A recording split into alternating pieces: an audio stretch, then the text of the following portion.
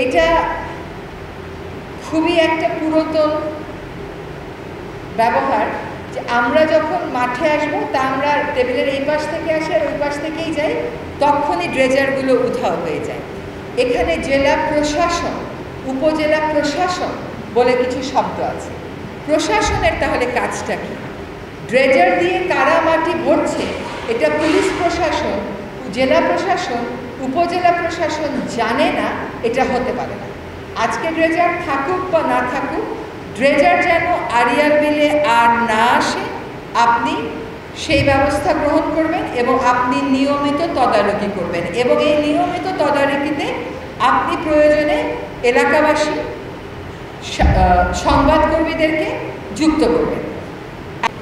আমরা খাল যেগুলো সংযোগ বিচ্ছিন্ন হয়ে গেছে, পলি পড়ে পদ্মার প্রবাহ কমে যেই কারণেই হোক না কেন, সেইগুলো সংযোগ এবং পুনর্খননের ব্যবস্থা নিতে আমার IWM এর প্রজেক্ট শেষ করার দরকার নেই। কিন্তু যেই মুহূর্তে আমরা এই কথাটা বলবো অমনি আপনারা আমাদেরকে 1000 কোটি টাকার একটা প্রকল্প দেবেন। 1000 কোটি টাকা আমাদের হাতে এই মুহূর্তে নেই, আমরা দিতে পারছি না।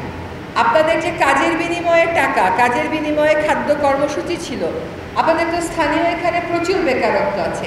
বেকারত্ব যদি নাও থাকে, অনেক স্বেচ্ছাসেবী তরুণ আছে যারা এই কাজগুলো করতে চায়, তাদেরকে সম্পৃক্ত করে আসলে খালগুলো পুনর্খনন এবং সংযোগ স্থাপন করা যায় কিনা এটা একটু দেখবেন।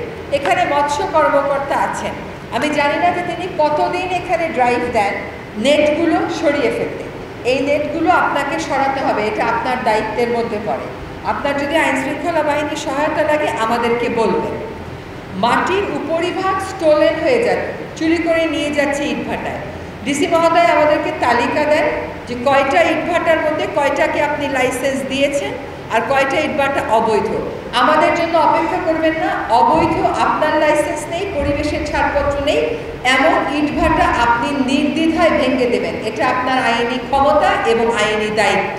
আর যেগুলোর লাইসেন্স আছে সেগুলোর লাইসেন্সের প্রয়োজনে যদি আমার কৃষি জমির উপরিভাগ নিয়ে যায়, আমার ইটভাটার প্রয়োজন নাই। আপনি এটাও জানেন যে ইটভাটার লাইসেন্স দেয়া যায় না যতক্ষণ পর্যন্ত না ইটভাটার মালিক আপনাকে সুনির্দিষ্ট করে বলবে যে সে মাটি কোথা থেকে আনবে।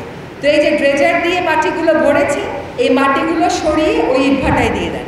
এই মাটিগুলো আপনাকে সরাবার ব্যবস্থা করতে হবে, তাহলে তো আমি বিলটাকে রক্ষা করতে পারবো না। এবং একবার যখন আপনি যারা ড্রেজার দিয়ে মাটি ভরেছে তাদেরকে আইনশৃঙ্খলা বাহিনীকে দিয়ে বাধ্য করেন মাটি সরাতে, সেরকম দৃষ্টান্ত আমরা করেছি, প্রয়োজনে আমাদের থেকে জিজ্ঞেস করবেন, তারা মাটিগুলো সরাতে বাধ্য হবে এবং তখনই অন্য ড্রেজার আর এখানে আসবে না।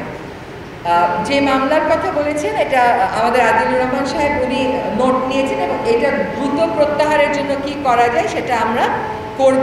শুধু কৃষি অধিদপ্তর থেকে যিনি এসছেন, আপনি আর মৎস্য কি একসাথে কখনো বসেন যে আপনাদের কোন ফসল ফলানোর জন্য কোন ধরনের পেস্টিসাইডের কারণে এইখান থেকে কোন মাছগুলো হারিয়ে যাচ্ছে? আড়িয়াল বিল কিন্তু শুভ্র ভাইয়ের একা না, উনি মালিকানা দাবি করলে কিন্তু আমি রাজি হব না। আড়িয়াল বিল আমাদের জাতীয় সম্পদ, এটাকে জাতীয় সম্পদ বিবেচনায় এগ্রিকালচার যেন বলছেন কচুরিপানার জায়গায় মিষ্টি কুমড়া, আমি জানি না তাই ঠিক কিনা, যেগুলোতে কম পেস্টিসাইড লাগে আপনারা কৃষকদের সাথে উঠান বৈঠক করে সেগুলো একটু প্রচলিত করেন। আপনারা অফিস থেকে বের হন, মাঠে যান, মানুষের সাথে সংযোগ করেন, তাহলে কর্মপরিকল্পনা করাটা আমাদের জন্য সহজ হয়ে যাবে। তবে আর যেন ডিসি সাহেব আর কোনো ড্রেজার না আসে, আর যেন একটা পুকুরেও বালি না পড়ে। যেটুকুন বালি ভরেছে আপনি নিশ্চয়ই ড্রাইভ দিয়েছেন, কাজে আপনি জানেন এই ড্রেজারের মালিককে, তাকে দিয়ে আপনি মাটি সরানোর ব্যবস্থা করেন, আমাদের জন্য দৃষ্টান্ত সৃষ্টি করেন, যাতে আমরা অন্য জায়গাতেও এটা প্রতিফলন করতে পারি। আমরা বলবো যে মুন্সিগঞ্জে জেলা প্রশাসক আড়িয়াল বিলে যে মাটির ভরাট করা হয়েছিল সেই মাটি সরিয়েছে, এটা অন্য জেলা প্রশাসকেরা তখন ওইটার দিয়ে উদ্বুদ্ধ হয়ে কাজ করবে। এটা আপনাদের প্রতি আমাদের অনুশাসন বলেন, নির্দেশনা বলেন থাকলো। ধনদের উপর একটা কাউন্টার প্রেশার আসে। অ্যাকুইজিশন একটা প্রসেস, কিন্তু তা বাদেও ইন্টারিম ফেজে আপনি এটা করতে পারেন। আরেকটা পারেন হচ্ছে এই বিল ইকোসিস্টেমটাকে আপনি যদি একটু নিয়ন্ত্রিত ট্যুরিজম করেন, সেখান থেকে যে বেনিফিটটা আসবে সেটাও জমির মালিকের মধ্যে আপনি এটাকে একটা মানে কো ম্যানেজমেন্টের মাধ্যমে ইউ ক্যান শেয়ার, তখন তার আর বেচে ফেলার বিক্রি করার তাগিদা থাকবে না। আর আপনার এখানে আপনি বলে দেন যে আড়িয়ার বিলের 14,000 জায়গায় কোনো আবাসন শিল্প হবে না। কেউ তার জমি বিক্রি করলে করবে, কিন্তু কোনো আবাসন বা শিল্প হতে পারবে না। আপনি আবাসন নিয়ন্ত্রণ করেন, তাহলে আপনি আর ভরাটের হিড়িকের মধ্যে পড়বেন না।